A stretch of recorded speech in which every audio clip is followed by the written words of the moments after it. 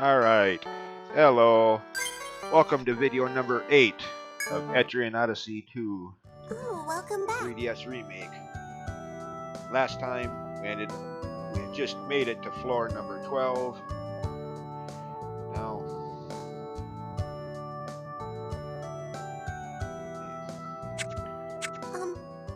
Good luck. something like that. Yeah. Alright. Actually, what? Okay.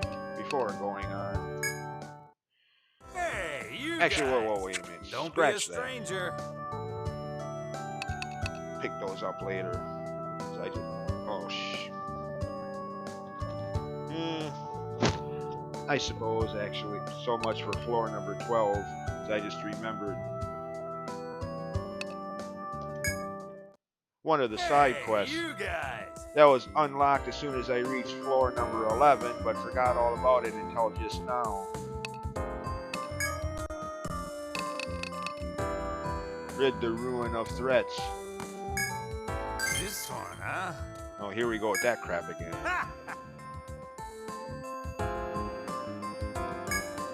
Back to those ruins. However you pronounce that. Ginungagap, whatever. Way to pick a name that nobody will ever use in real life. If that was your intention, developers, you succeeded brilliantly.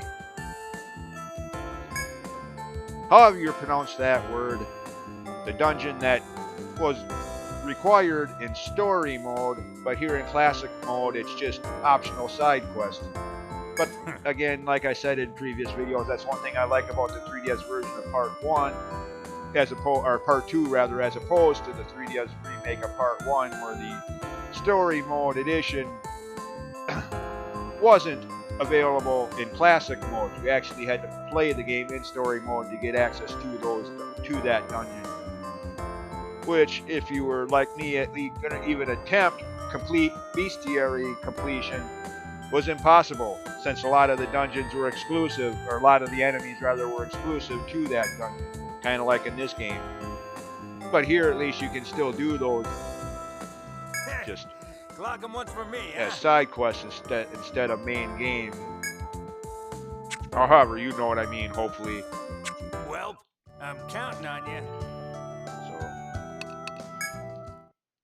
How may I assist you all? Oh. okay, never mind. Guess this isn't the one I was thinking. I must protest. I look forward to your. Is there anything I was thinking this was on your success? the one where you had to talk to him, and it had to be nighttime to proceed. Maybe that's for the third. Maybe that's for the third trip into those ruins that I'm thinking of.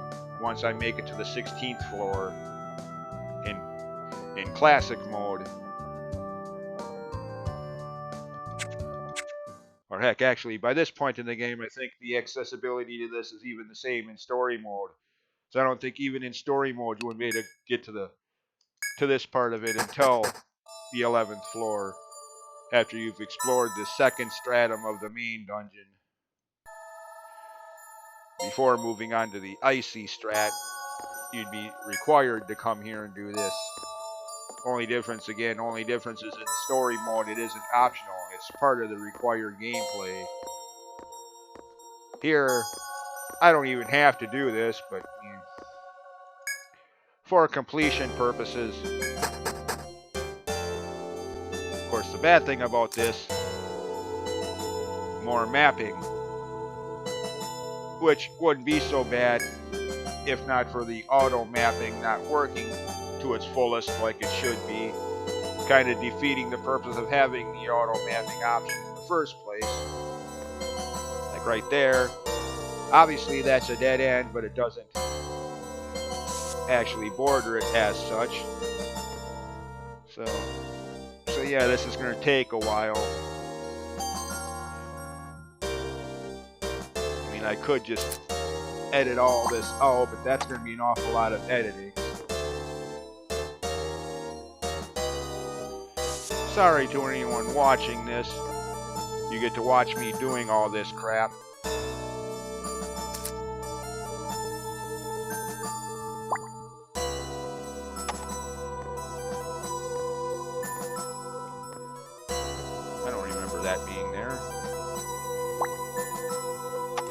Really? No kidding, man. I do not remember that being there. Okay, that's news to me.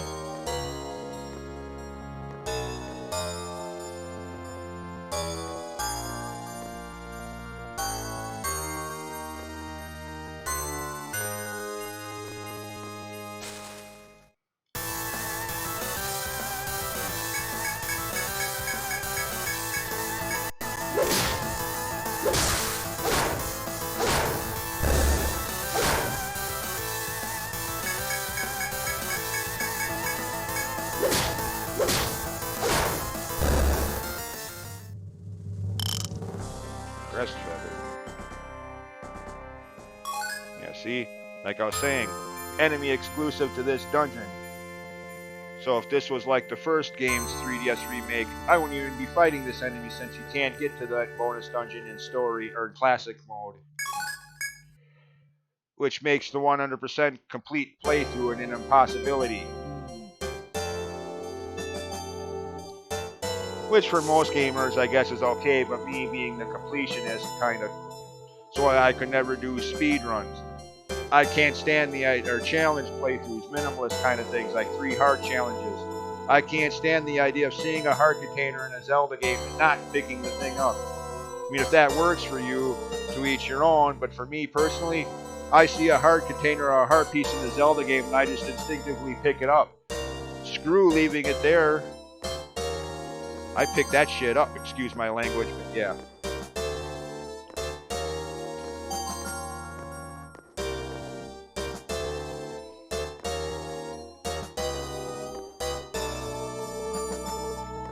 Anyways, again.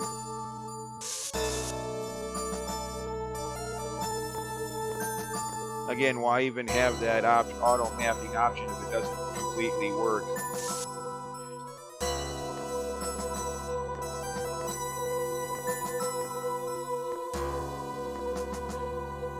There's going to be a lot. Oh, damn it, I did that.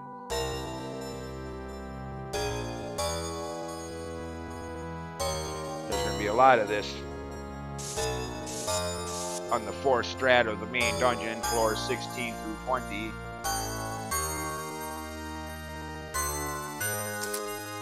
Or for whatever reason the game doesn't fill in the borders like it does there.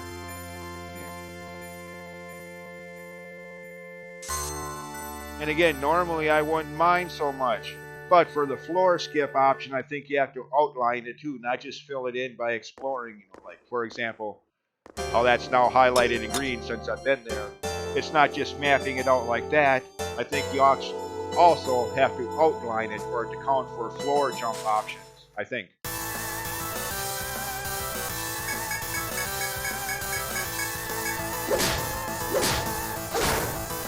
Pretty sure.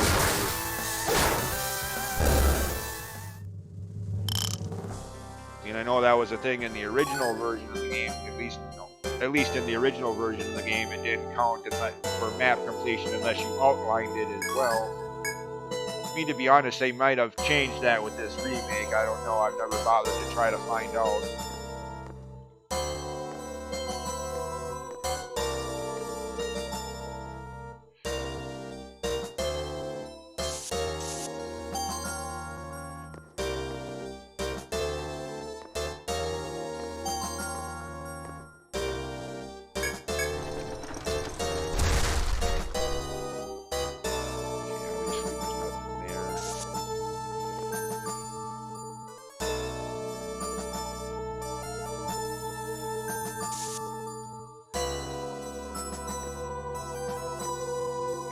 Dead end.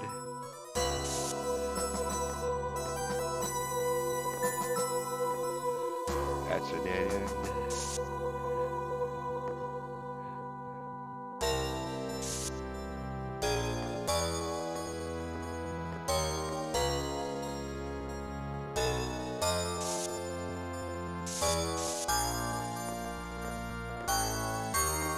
Oh goody, the other side of that door, the foe mini boss of this floor.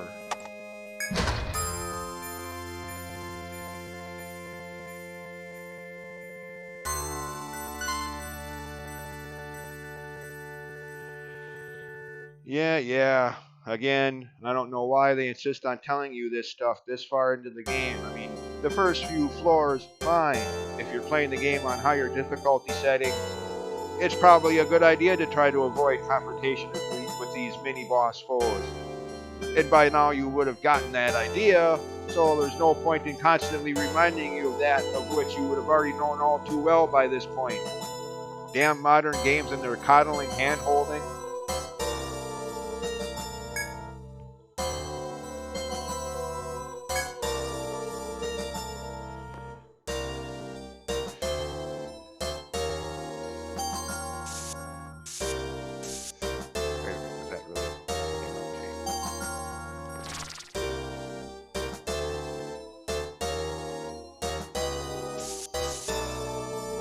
Of course, that ain't really going to be a problem on this part, but once I get to the 4 strat, floors 16 through 20, I really got to pay attention to where I'm marking these outlinings. Because it's very easy if you're not paying attention to outline spots where there shouldn't be outlines, and then as you're trying to navigate through the floor later, you're looking at your own map you made, and yeah. Hey, wait a minute, where do I go now? It's all dead ends. Then you start exploring more further. Oh shoot, no, that's not a dead end. I goofed on map making. Yeah. Every time I play through that 4 strat, I always do that at least once. Hopefully this playthrough will be different, but somehow I doubt it, knowing me. I'll put some border there where it shouldn't be there, and then trying to read the map I made later, like, uh-oh, dead end. Oh no, it's not. I goofed.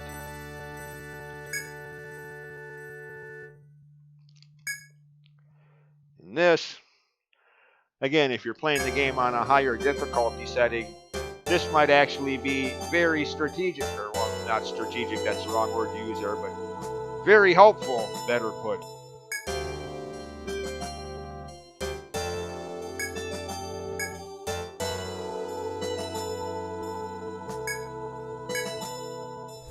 Light it up.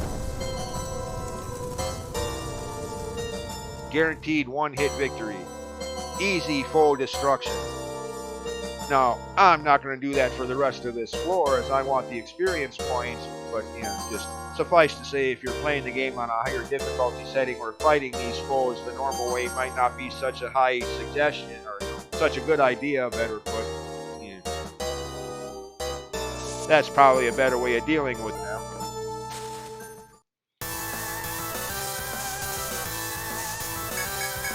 But again, like I said in the intro, that's one of the reasons I'm not playing the game on higher difficulty settings. I don't like running from random battles, especially not boss fights. I hate the idea of running from boss fights in video games.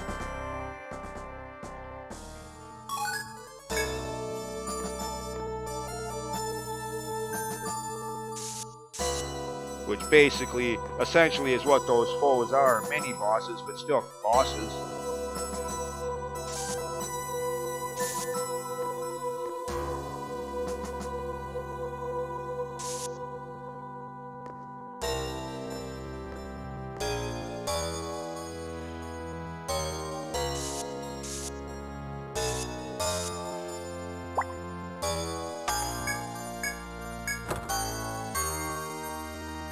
No big deal.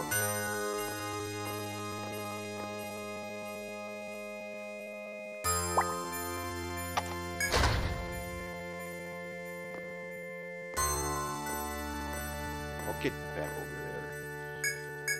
And again, why does it do that? That's so annoying. Like the auto mapping only works when it wants to. Could have been a lot further on this floor if not for that.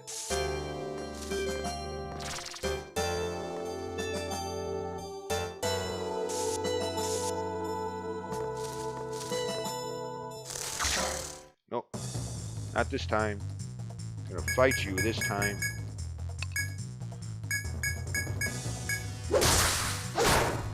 I want the extra experience, damn it.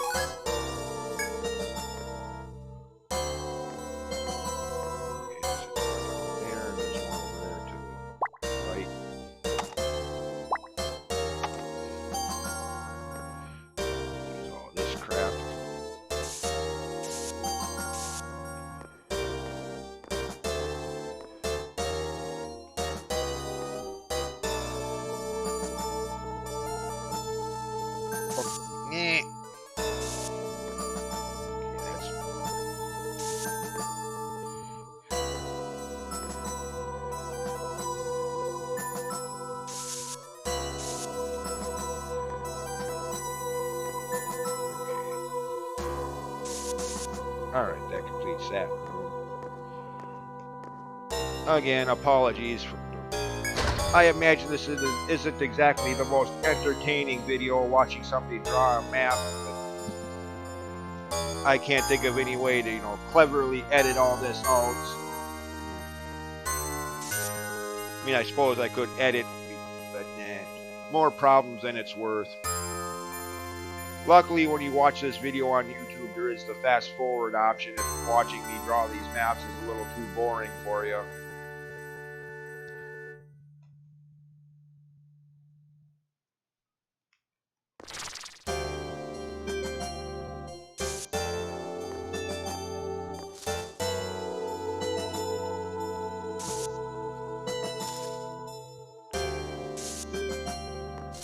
Of course, the other reason I'm not too eager to just pause the video while I'm doing this is I've done that before, and I've also, when I'm thinking I'm unpausing, accidentally hit the stop button and end the video entirely. And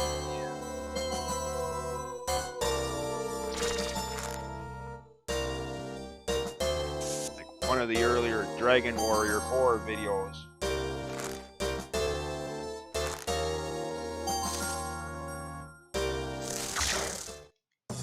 Well, not that anybody saw that. I ended up redoing that whole video, but yeah, I thought I was just going to pause it to edit out some grinding and ended up hitting the stop button. The video ended up only being like 5 minutes. Like, oh, screw that. That's not even... Redo that whole video.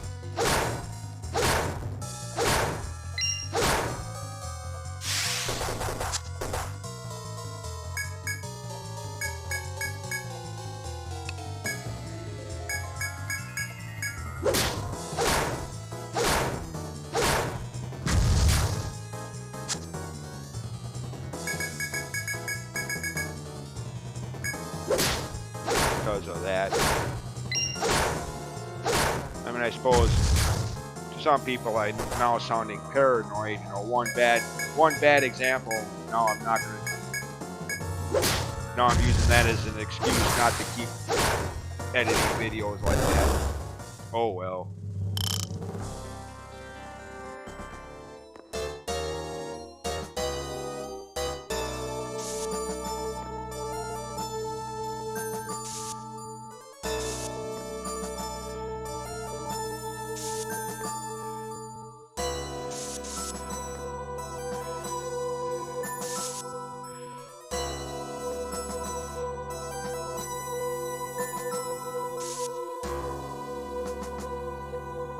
Obviously, that's good. I was just.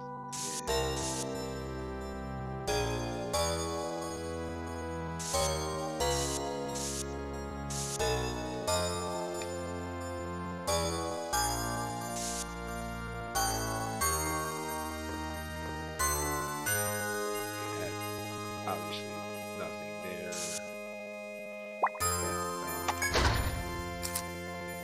I was slowly getting done with this floor. And I could have probably close to, if not fighting the boss by now, if not always having to stop to. Yeah.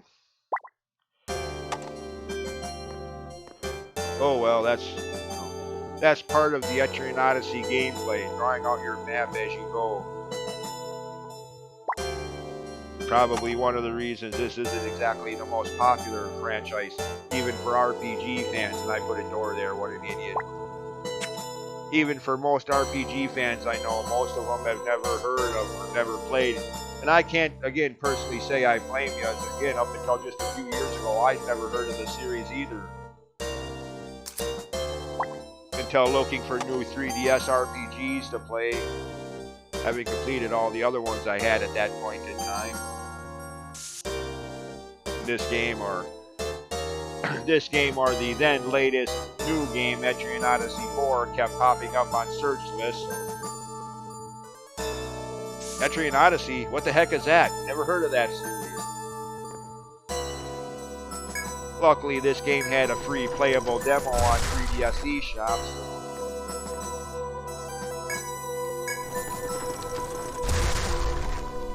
Oh yeah, see what I mean, by the way, about bad map making? Luckily, it didn't come back to bite me, so to speak, but I drew a borderline there where there clearly wasn't supposed to be one. Yeah.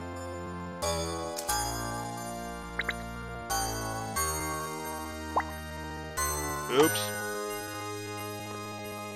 So yeah, you really got to be careful while you're doing that. I mean, again, it wasn't no big deal there, as I found out easily enough, but on the fourth strat, floors 16 through 20, and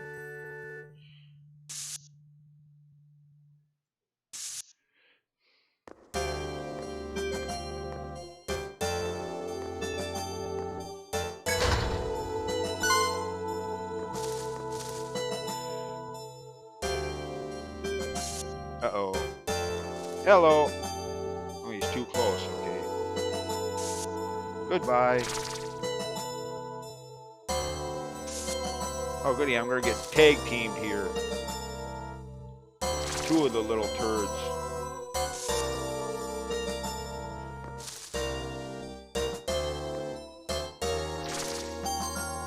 Sir.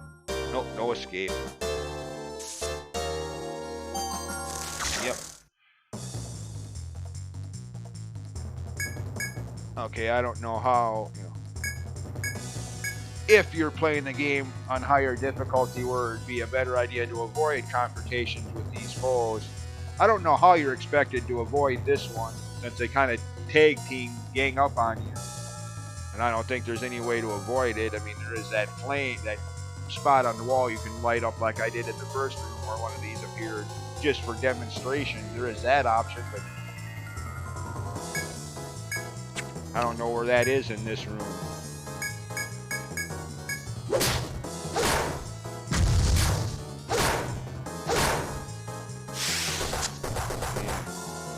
I don't know how you'd be expected to avoid this if that was, your chosen way of playing through the game.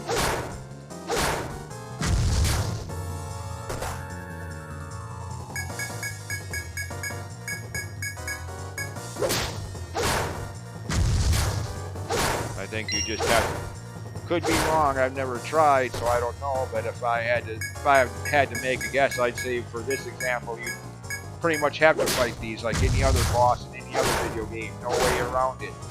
Fight them and defeat them, or game over on your part, I would imagine. Like any other boss in any other video game, running is no longer an option.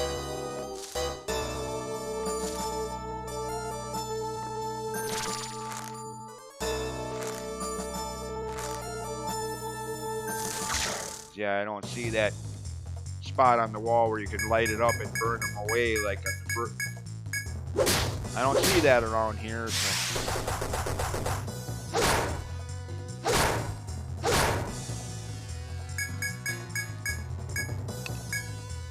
Can't use magic for now.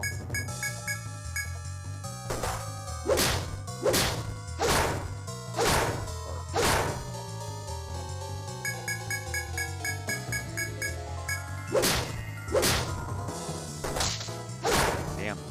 Empty.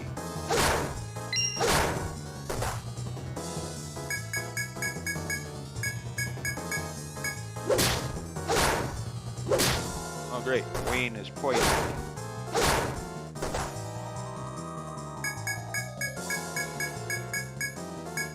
Luckily in this game, like a few other RPGs I've played, poisoning and other status ailments pretty much are only limited to that battle. Once the battle is over, so is the status ailment. Well, like some I guess I can't say most, like some RPGs I've played, like in my opinion, the greatest RPG of them all, Final Fantasy VII.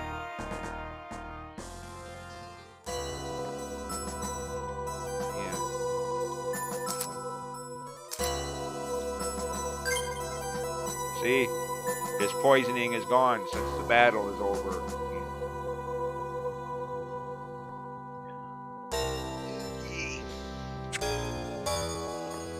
Oh, turn around. I'm gonna eat more of that.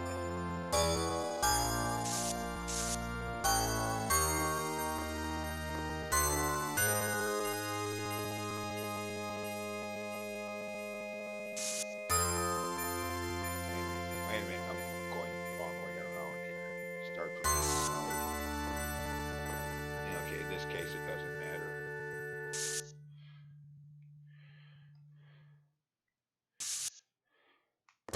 Oops, wrong way. All the way down.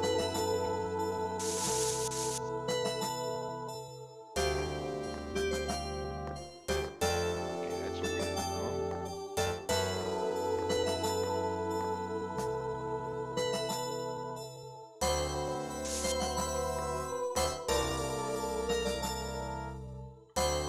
Dang it. Right.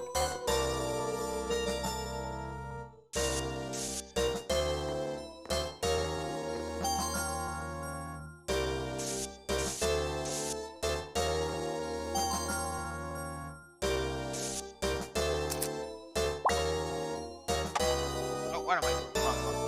Okay.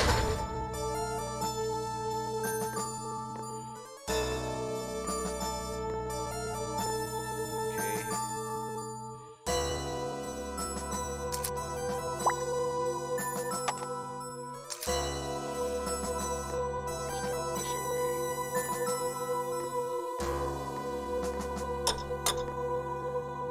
Oh.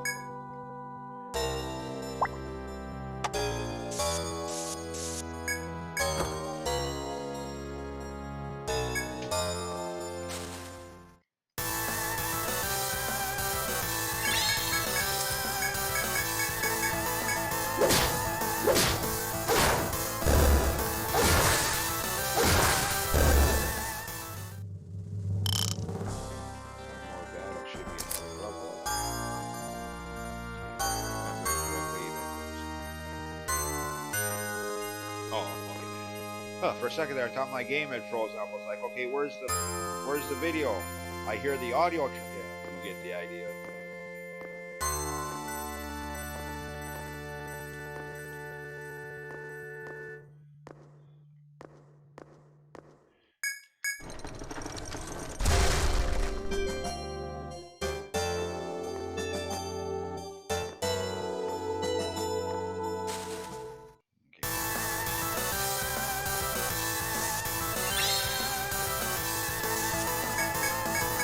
There.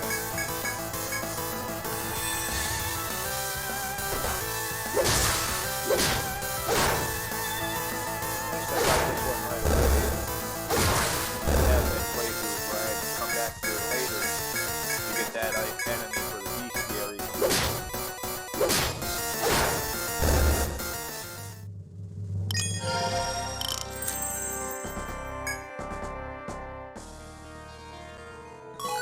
Yeah, that one.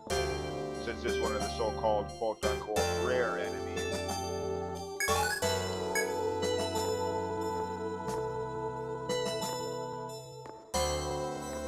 Okay, this is just going back up to the start. Yeah, okay. The area that I ignored since I went the other direction from the start.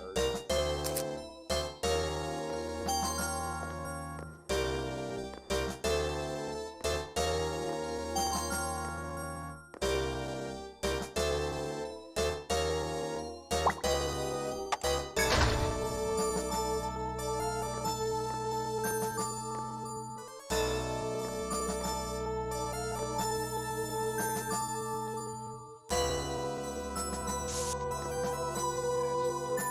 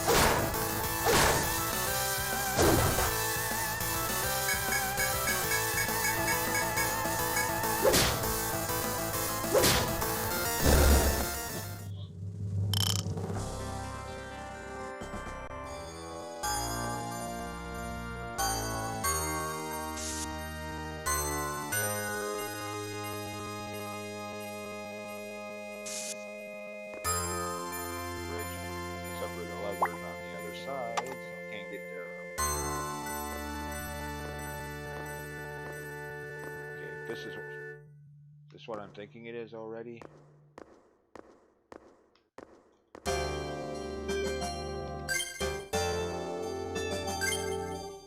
No, not yet. I don't think so. Not yet. I guess it is. Okay, it must have an awful big boss room then.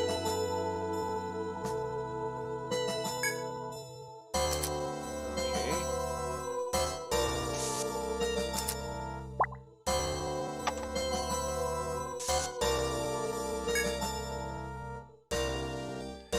Yep, let's do this.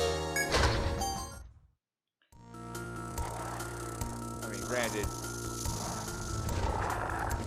normally it might be a good idea to go back, stay at the end, recover hit points and MP, and come back.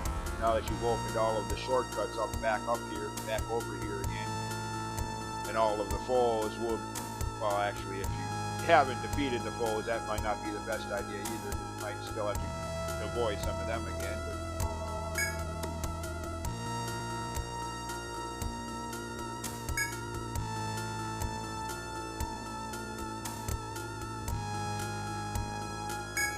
I don't know, with all the shortcuts open, you might be able to avoid those groups of foes, those spiders entirely. In a return trip back here.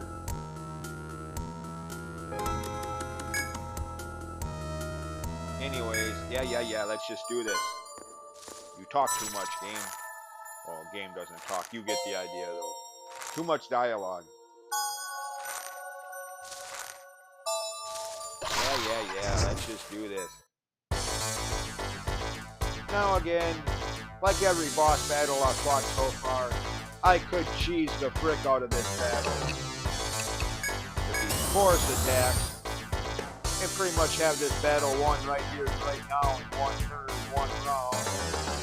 Easy victory, but since this is supposed to be one of the major bosses of the game, granted, optional game in this case, since I'm not playing the story mode, but still, since this is supposed to be one of the major bosses, besides, this is going to be easy enough anyway at level 31 experience.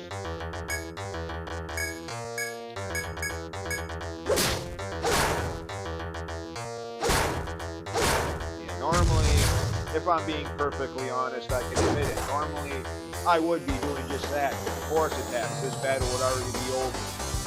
There would be no second round. I win. Move on with the game, but for playthrough purposes,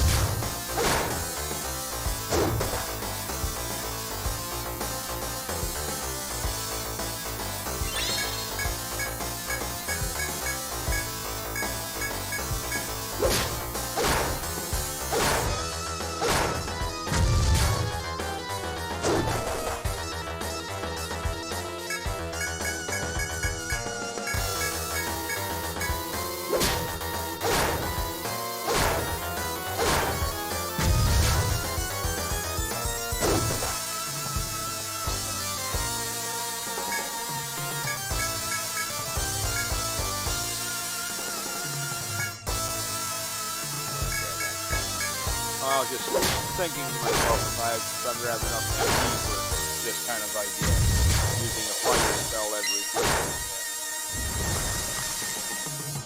I mean, if nothing else, if I start to run low on MP, I can always resort to my usual strategy here, is force attack my way through the remainder of the battle.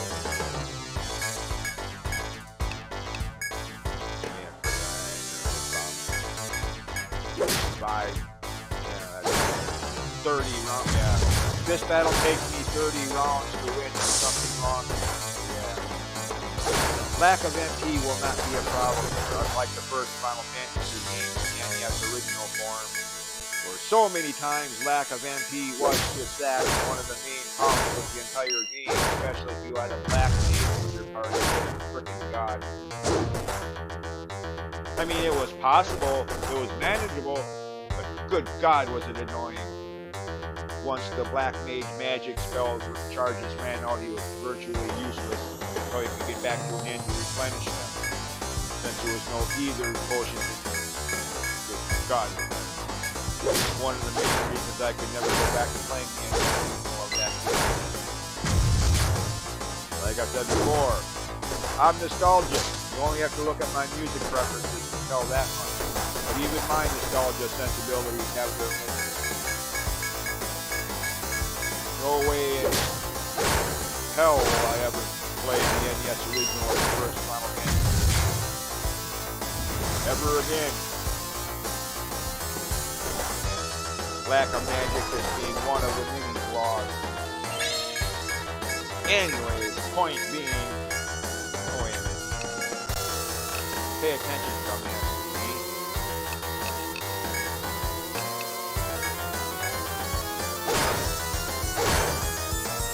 You're busy yapping and not paying attention to it.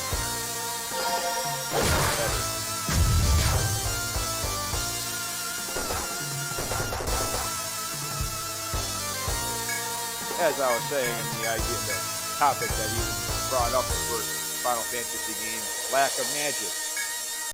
That's obviously not going to be a problem.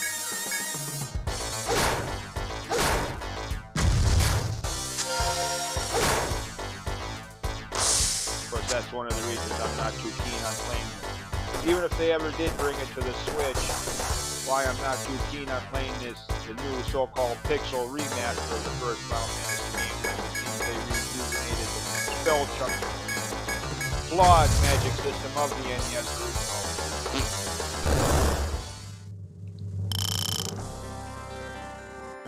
I mean, someone said that they at least put either potions into the game, so I guess that kind of makes up for it, but still.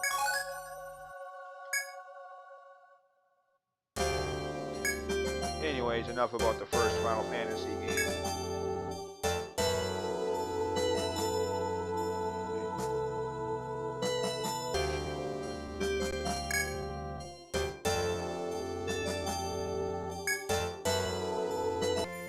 Okay. Pause the video while I mapped out this large room here.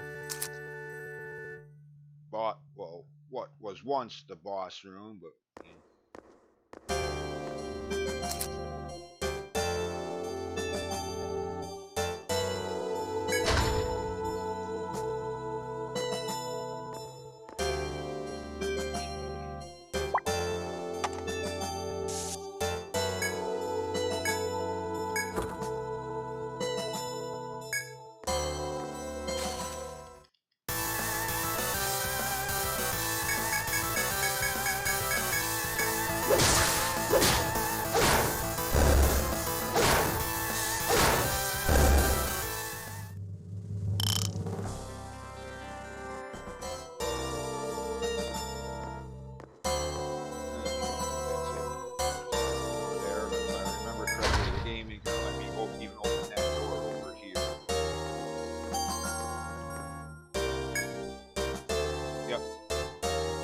for the moment, aka until I make it to the 16th floor, and the third side quest in this series of 5 of them is then therefore unlocked and available.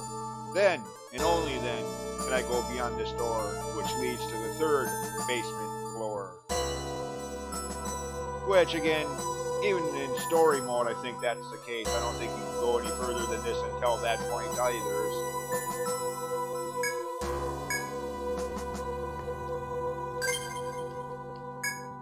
Of course, I could be wrong about that. I haven't played this game in story mode since like 2016, 2017, just after buying it in the first place. First time I played through it in story mode. My mistake. Almost hated the game because of it, but then I think, okay, what's this classic mode? I think I'll try that. Hey, much better. Anyways.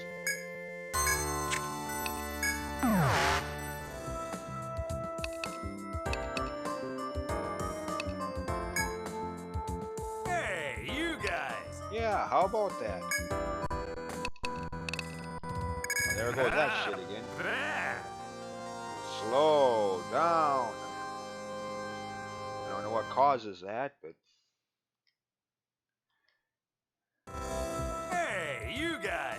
just said that.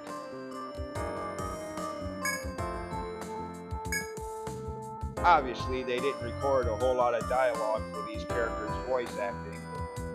Hey, you guys! Here it is.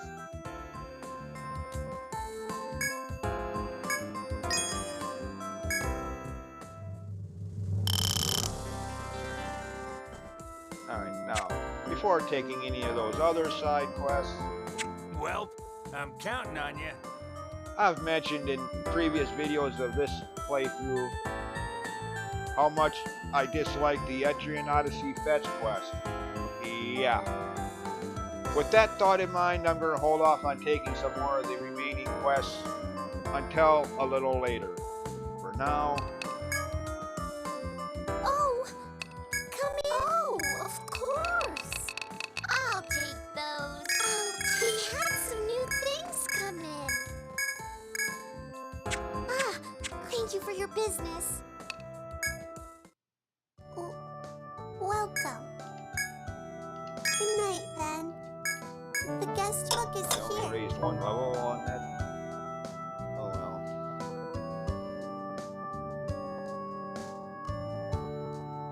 Anyways, that's about it for this video.